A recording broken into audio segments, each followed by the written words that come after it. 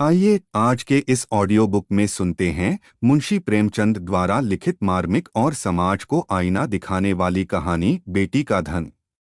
तो आइए शुरुआत करते हैं। बेतवा नदी दो ऊंचे कगारों के बीच इस तरह मुंह छिपाए हुए थी जैसे निर्मल हृदयों में साहस और उत्साह की मध्यम ज्योति छिपी रहती है। इसके एक कगार पर एक छोटा सा गांव बसा है जो अपने भग्न जातीय चिन्हों के लिए बहुत ही प्रसिद्ध है। जातीय गाथाओं और चिन्हों पर मर मिटने वाले लोग इस भावन स्थान पर बड़े प्रेम और श्रद्धा के साथ आते और गांव का बूढ़ा केवट सुक्खू चौधरी उन्हें उसकी परिक्रमा कराता और रानी के महल, राजा का दरबार और कुंवर की बैठक के मिटे हुए चिद्दों को दिखाता। वह एक उच्छ्वास लेकर रुंधे हुए गले से कहता, महाशय। एक वह समय था कि केवटों को मछलियों के इनाम में अशर्फियां मिलती थीं। कहार महल में झाड़ू देते हुए अशर्फियां बटोर ले जाते थे। बेतवा नदी रोज चढ़कर महाराज के चरण छूने आती थी। यह प्रताप और यह तेज था, परंतु आज इसकी यह दशा है।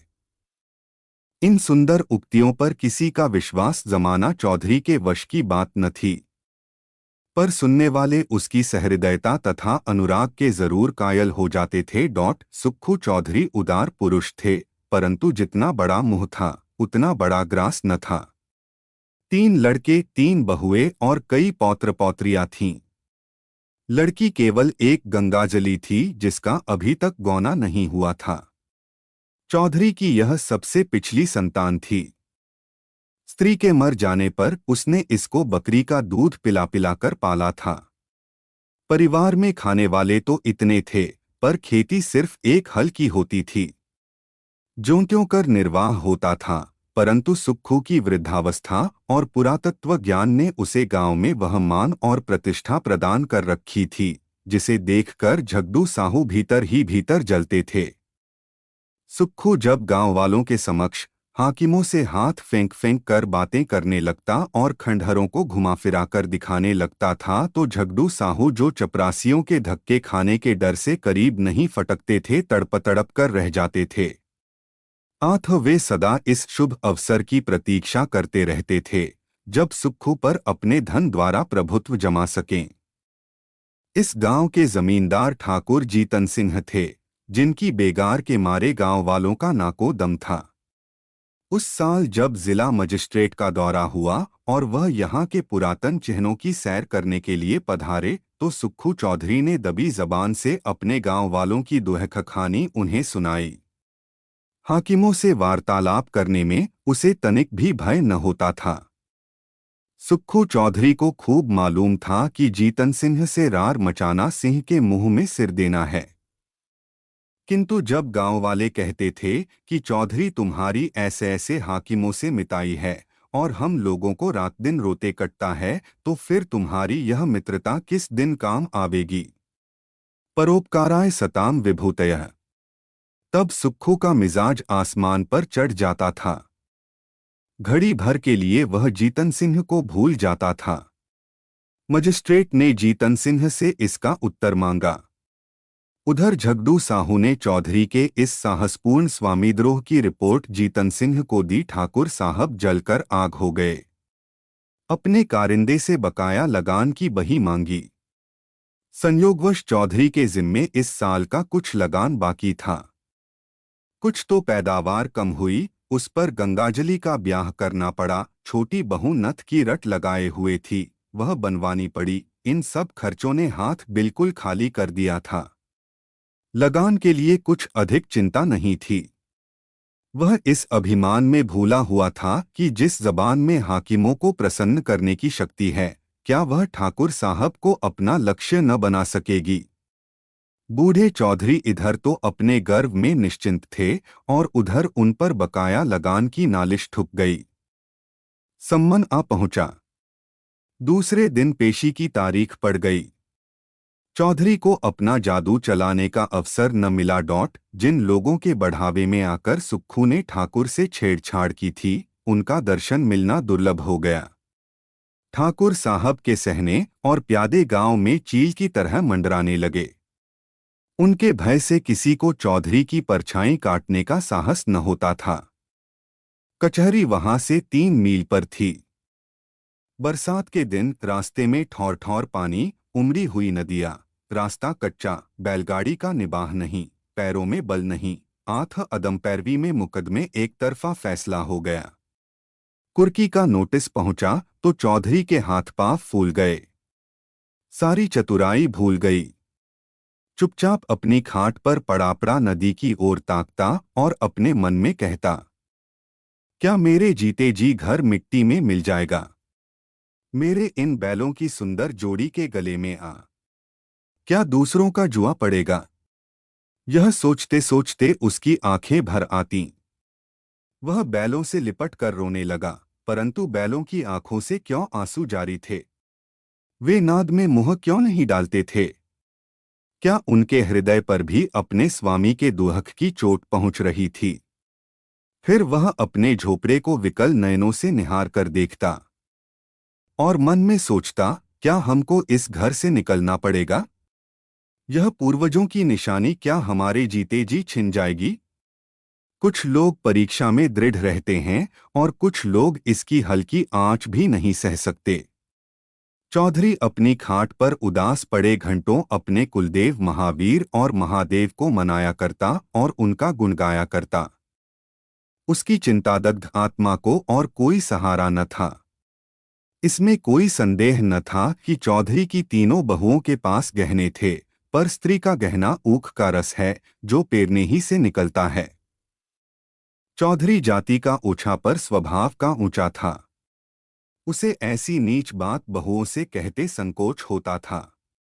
कदाचित यह नीच विचार उसके हृदय में उत्पन्न ही नहीं हुआ था।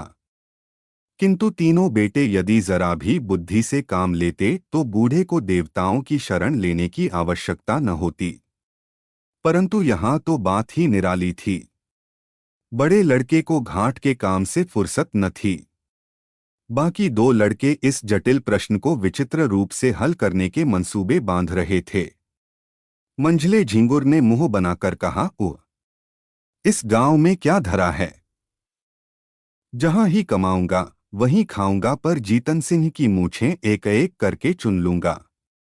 छोटे फक्कड़ ऐंठ कर बोले, मूछें तुम चुन लेना, नाक मैं उड़ा दूंगा, नकटा बना घूमेगा। इस पर दोनों खूब हंसे और मछली मारने चल दिए। इस गांव में एक बूढ़े ब्राह्मण भी रहते थे। मंदिर में पूजा करते और नित्य अपने यजमानों को दर्शन देने नदी पार जाते, पर खेवे के पैसे न देते। तीसरे दिन वह जमींदार के गुप्तचरों की आंख बचाकर सुक्खू के पास आए और सहानुभूति के स्वर में बोले, चौधरी, कल ही तक मियाद है और तुम अभी तक पड़े पड़े सो रहे हो, क्यों नहीं घर की चीज ढूंढ ढांढ कर किसी और जगह भेज देते? न हो समधिया ने पठवा दो, जो कुछ बच रहे वही सही। घर की मिट्टी खोद कर थोड़े ही कोई ले जाएगा। चौधरी लेटा था, उठ बैठा और आकाश की ओर निहार कर बोला, जो कुछ उसकी इच्छा है वह होगा। मुझसे यह जाल न होगा। इधर कई दिन की निरंतर भक्ति और उपासना के कारण चौधरी का मन शुद्ध और पवित्र हो गया था। उसे छल प्रपंच से घृणा हो गई थी। पंडित जी जो इस काम में सिद्धहस्त थे, लज्जित हो गए। परंतु चौधरी के घर के अन्य लोगों को ईश्वरेच्छा पर इतना भरोसा न था। धीरे धीरे घर के बर्तन भाड़े खिसकाए जाते थे। अनाज का एक दाना भी घर में न रहने पाया। रात को नाव लदी हुई जाती और उधर से खाली लौटती थी। 3 दिन तक घर में चूल्हा न जला।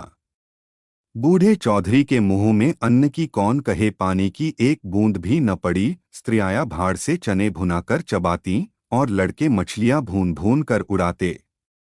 परंतु बूढ़े की इस एकादशी में यदि कोई शरीक था तो वह उसकी बेटी गंगाजली थी। यह बेचारी अपने बूढ़े बाप को चारपाई पर निर्जल छटपटाते देख बिलख बिलख कर रोती। लड़कों को अपने माता पिता से वह प्रेम नहीं होता जो लड़कियों को होता है। गंगाजली इस सोच विचार में मग्न रहती थी कि दादा की किस भांति सहायता करूं। यदि हम सब भाई बहन मिलकर जीतन सिंह के पास जाकर दया भिक्षा की प्रार्थना करें तो वे अवश्य मान जाएंगे, परंतु दादा को कब यह स्वीकार होगा? वह यदि एक दिन बड़े साहब के पास चले जाए तो सब कुछ बात की बात में बन जाए, किंतु उनकी तो जैसे बुद्धि ही मारी गई है। इसी उधेड़बुन में उसे एक उपाय सूझ पड़ा। कुम्हलाया हुआ मुखारविंद खिल उठा। पुजारी जी सुक्खू चौधरी के पास से उठकर चले गए थे और चौधरी उच्च स्वर से अपने सोए हुए देवताओं को पुकार पुकार कर बुला रहे थे। निदान गंगाजली उनके पास जाकर खड़ी हो गई। चौधरी ने उसे देखकर विस्मित स्वर में पूछा, क्यों बेटी, इतनी रात गए क्यों बाहर आई? गंगाजली ने कहा, बाहर रहना तो भाग्य में लिखा है, घर में कैसे रहूं? सुक्खू ने जोर से हाथ लगाई, कहा, गए तुम कृष्ण मुरारी मेरे दुहक हरो। गंगाजली खड़ी थी, बैठ गई और धीरे से बोली, भजन गाते तो आज 3 दिन हो गए। घर बचाने का भी कुछ उपाय सोचा कि इसे यूं ही मिट्टी में मिला दोगे? हम लोगों को क्या पेड़ तले रखोगे? चौधरी ने व्यथित स्वर से कहा, बेटी मुझे तो कोई उपाय नहीं सूझता। भगवान जो चाहेंगे होगा। वेग चलो गिरधर गोपाल, काहे विलंब करो? गंगाजली ने कहा, मैंने एक उपाय सोचा है, कहो तो कहूं। चौधरी उठकर बैठ गए और पूछा, कौन उपाय है बेटी? गंगाजली ने कहा, मेरे गहने झगड़ू साहू के यहाँ गिरों रख दो, मैंने जोड़ लिया है, देने भर के रुपए हो जाएंगे। चौधरी ने ठंडी सांस लेकर कहा, बेटी तुमको मुझसे यह बात कहते लाज नहीं आती? वेदशास्त्रा में मुझे तुम्हारे गांव के कुएं का पानी पीना भी मना है। तुम्हारी ड्योढ़ी में भी पैर रखने का निषेध है। क्या तुम मुझे नरक में ढकेलना चाहती हो? गंगाजली उत्तर के लिए पहले ही से तैयार थी। बोली, मैं अपने गहने तुम्हें दिए थोड़े ही देती हूं, इस समय लेकर काम चलाओ, चैत में छुड़ा देना। चौधरी ने कड़क कर कहा, यह मुझसे न होगा। गंगाजली उत्तेजित होकर बोली, तुमसे यह न होगा तो मैं आप ही जाऊंगी, मुझसे घर की यह दुर्दशा नहीं देखी जाती। चौधरी ने झुंझला कर कहा, बिरादरी में कौन मुंह दिखाऊंगा? गंगाजली ने चिढ़कर कहा, बिरादरी में कौन ढिंढोरा पीटने जाता है? चौधरी ने फैसला सुनाया, जगहन साई के लिए मैं अपना धर्म न बिगाड़ूंगा। गंगाजली बिगड़कर बोली, मेरी बात नहीं मानोगे तो तुम्हारे ऊपर मेरी हत्या पड़ेगी। मैं आज ही इस बेतवा नदी में कूद पड़ूंगी। तुमसे चाहे घर में आग लगते देखा जाए, पर मुझसे तो न देखा जाएगा। चौधरी ने ठंडी सांस लेकर कातर स्वर में कहा, बेटी मेरा धर्म नाश मत करो। यदि ऐसा ही है तो अपनी किसी भावज के गहने मांग कर लाओ। गंगाजली ने गंभीर स्वर में कहा, भावजों से कौन अपना मुंह नोचवाने जाएगा? उनको फिक्र होती तो क्या मुंह में दही जमा था, कहती नहीं। चौधरी निरुत्तर हो गए। गंगाजली घर में जाकर गहनों की पिटारी लाई और एक एक करके सब गहने चौधरी के अंगोछे में बांध दिए। चौधरी ने आंखों में आंसू भरकर कहा, हाय राम, इस शरीर की क्या गति लिखी है? यह कहकर उठे। बहुत संभालने पर भी आंखों में आंसू न छिपे। रात का समय था। बेतवा नदी के किनारे किनारे मार्ग को छोड़कर सुक्खू चौधरी गहनों की गठरी कांख में दबाए इस तरह चुपके चुपके चल रहे थे मानो पाप की गठरी लिए जाते हैं। जब वह झगड़ू साहू के मकान के पास पहुंचे तो ठहर गए, आंखें खूब साफ कीं, जिससे किसी को यह न बोध हो कि चौधरी रोता था। झगड़ू साहू धागे की कमानी की एक मोटी ऐनक लगाए बही खाता फैलाए हुक्का पी रहे थे और दीपक के धुंधले प्रकाश में उन अक्षरों को पढ़ने की व्यर्थ चेष्टा में लगे थे जिनमें स्याही की किफायत की गई थी। बार बार ऐनक को साफ करते और आंख मलते, पर चिराग की बत्ती उकसाना या दोहरी बत्ती लगाना शायद इसलिए उचित नहीं समझते थे कि तेल का अपव्यय होगा। इसी समय सुक्खू चौधरी ने आकर कहा, जयराम जी। झगड़ू साहू ने देखा, पहचान कर बोले, जयराम चौधरी। कहो मुकदमे में क्या हुआ? यह लेन देन बड़े झंझट का काम है। दिन भर सिर उठाने की छुट्टी नहीं मिलती। चौधरी ने पोटली को खूब सावधानी से छिपाकर लापरवाही के साथ कहा, अभी तक तो कुछ नहीं हुआ। कल इजराय डिग्री होने वाली है। ठाकुर साहब ने न जाने कब का बैर निकाला है। हमको 2-3 दिन की भी मोहलत होती तो डिग्री न जारी होने पाती। छोटे साहब और बड़े साहब दोनों हमको अच्छी तरह जानते हैं। अभी इसी साल मैंने उनसे नदी किनारे घंटों बातें की, किंतु एक तो बरसात के दिन, दूसरे एक दिन की भी मोहलत नहीं। क्या करता? इस समय मुझे रुपयों की चिंता है। झगड़ू साहू ने विस्मित होकर पूछा, तुमको रुपयों की चिंता? घर में भरा है, वह किस दिन काम आवेगा? झगड़ू साहू ने यह व्यंग्यबाण नहीं छोड़ा था। वास्तव में उन्हें और सारे गांव को विश्वास था कि चौधरी के घर में लक्ष्मी महारानी का अखंड राज्य है। चौधरी का रंग बदलने लगा। बोले, साहू जी, रुपया होता तो किस बात की चिंता थी? तुमसे कौन छिपाव है? आज 3 दिन से घर में चूल्हा नहीं जला, रोना पीटना पड़ा है। अब तो तुम्हारे बसाए बसूंगा। ठाकुर साहब ने तो उजाड़ने में कोई कसर न छोड़ी। झगड़ू साहू जीतन सिंह को खुश रखना जरूर चाहते थे, पर साथ ही चौधरी को भी नाखुश करना मंजूर न था।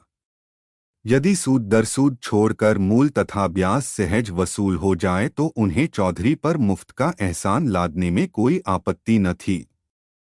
यदि चौधरी के अफसरों की जान पहचान के कारण साहू जी का टैक्स से गला छूट जाए, जो अनेक उपाय करने अहलकारों की मुट्ठी गर्म करने पर भी नित्य प्रति उनकी तोंद की तरह बढ़ता ही जा रहा था, तो क्या पूछना। बोले, क्या कहें चौधरी जी, खर्च के मारे आजकल हम भी तबाह हैं। लहने वसूल नहीं होते, टैक्स का रुपया देना पड़ा, हाथ बिल्कुल खाली हो गया। तुम्हें कितना रुपया चाहिए? चौधरी ने कहा, 100 रुपए की डिग्री है। खर्च बर्च मिलाकर 200 के लगभग समझो।